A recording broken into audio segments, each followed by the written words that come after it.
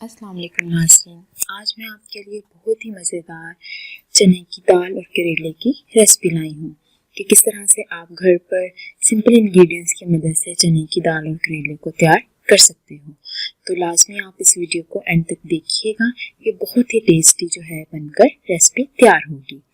तो इसके लिए सबसे पहले मुझे 1 पाव तकरीबन जो है वो चने की दाल चाहिए होगी। ये देख सकते हो मैंने तकरीबन 1 पाव चने की दाल का यूज़ किया है। इस चने की दाल को मैं सबसे पहले बॉईल करूँगी। मैं आपको जैसे ही प्रोसीजर बताऊँगी आप वैसे ही उसको बॉईल कीजिएगा। सबसे पहले मैंने पानी लिया है, आप तकरीबन इतना पानी लीजिए। अगर 1 पाव है तो तकरीबन आप 1.5 गिलास जो है वो पानी लीजिए। इसमें मैंने 2 टेबलस्पून धड़ा मिर्च और 1 हल्की चम्मच जो है या 1 टेबलस्पून से थोड़ी कम मैंने नमक ऐड किया है।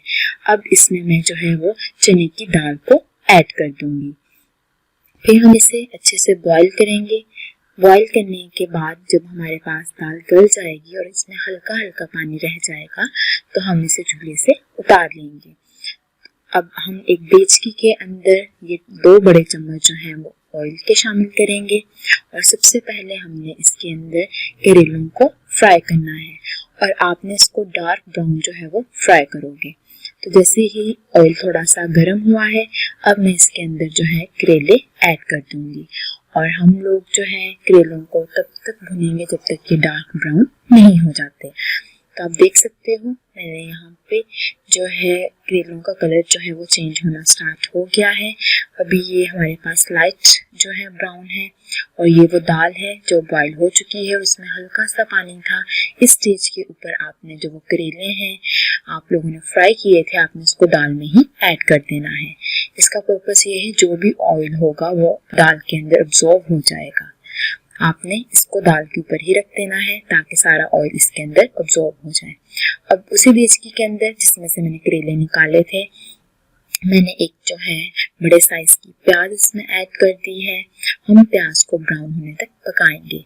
तो आप देख सकते हो जैसे ही प्याज हमारे पास ब्राउन हुआ है, मैंने 1 अदद जो टमाटर है ये इसके अंदर ऐड कर दिया है और हम लोग जब तक ये टमाटर नरम होगा हम इसे पकाएंगे। थोड़ा सा 1 से 2 मिनट इसे लगेंगे नरम होने में और चम्मच की मदद से मैं इसे हिलाती जाऊंगी। ये रेसिपी बहुत ही मज़ेदार बनती है और आपको बहुत ही ज़्यादा टेस्टी लगेगी। मैंने टमाटर को चमचे की मदद से थोड़ा प्रेस भी कर रही हूँ ताकि ये अच्छे से मसाले मिक्सचर के अंदर शामिल हो जाए, यानी कि मसाले का हिस्सा बन जाए। अब नेक्स्ट जो हम लोगों ने जो दाल बॉईल की थी और हमारे पास जो करेले फ्राई किए थे जिसमें अभी थोड़ा थोड़ा पानी भी है वो मैंने इसके अंदर शामिल कर देना है। नाजरीन आपने ये ख्याल रखना है जब मैंने दाल को बॉईल किया था तो उसी में मैंने 2 चम्मच धड़ा मिर्च यानी कि कुटी हुई लाल मिर्च जो मोटी कुटी हुई होती है वो मैंने यूज़ की है। उससे इसका टेस्ट बहुत ही मज़ेदार होता है। अगर आप चाहो तो इसकी जगह सुरख मिर्च का भी यूज़ कर सकते हो।